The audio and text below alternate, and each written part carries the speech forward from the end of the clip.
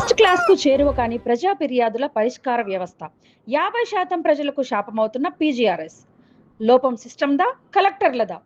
సమస్యలు పరిష్కారం కాకపోయినా సాల్వ్ అంటూ ఫైళ్ల మూసివేత. డబ్బులు తీసుకొని తప్పుడు రిపోర్టులు పంపుతున్నారనే ఆరోపణలు. ఫిర్యాదుదారులకు ఫోన్ చేయకుండా చేసినట్లు చూపుతున్న సిబ్బంది. ప్రజల్లో ప్రభుత్వ ప్రతిష్ట దెబ్బతింటోందని ఉన్నతాధికారుల ఆందోళన. 50-50 అంటే సెకండ్ క్లాసే. 50 అంటే 50, 50 అంటే సగం, సగం అంటే సెకండ్ క్లాస్. సెకండ్ క్లాస్ అనేది సాధారణంగా సంతోషించదగ్గ విషయమే. కానీ డిస్టింక్షన్ వచ్చే అవకాశం ఉన్న చోట సెకండ్ క్లాస్‌తో సరిపెట్టుకోవడం మాత్రం గొప్ప విషయం కాదు. ప్రస్తుతం ఆంధ్రప్రదేశ్‌లో ప్రజా ఫిర్యాదుల పరిష్కార వేదిక అయిన పీజీఆర్ఎస్ పరిస్థితి దాదాపు ఇదే తరహాలో ఉందని విమర్శలు వినిపిస్తున్నాయి.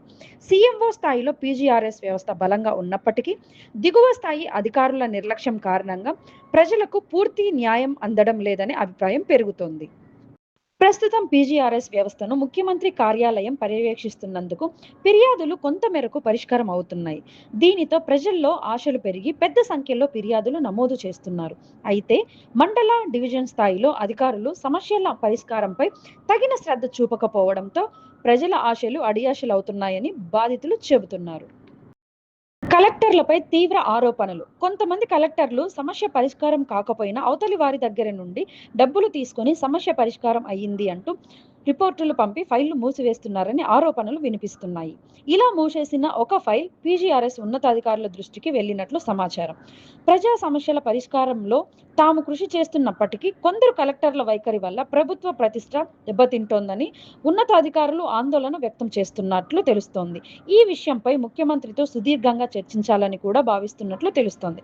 కొంతమంది రాష్ట్ర స్థాయి అధికారులు కూడా తమ దాకా వచ్చిన పెద్ద సమస్యలను చిన్న సమస్యలుగా చూపిస్తూ కేవలం విచారణకు ఆదేశించి చేతులు దులుపుకుంటున్నారని విమర్శలు వినిపిస్తున్నాయి.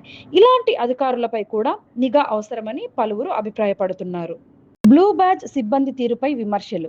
పీజీఆర్ఎస్లో సమస్య పరిష్కారం అయినట్లు రిపోర్టు వచ్చినప్పుడు ఫిర్యాదుదారుకు ఫోన్ చేసి నిజానిజాలు తెలుసుకునే విధానం ఉంది.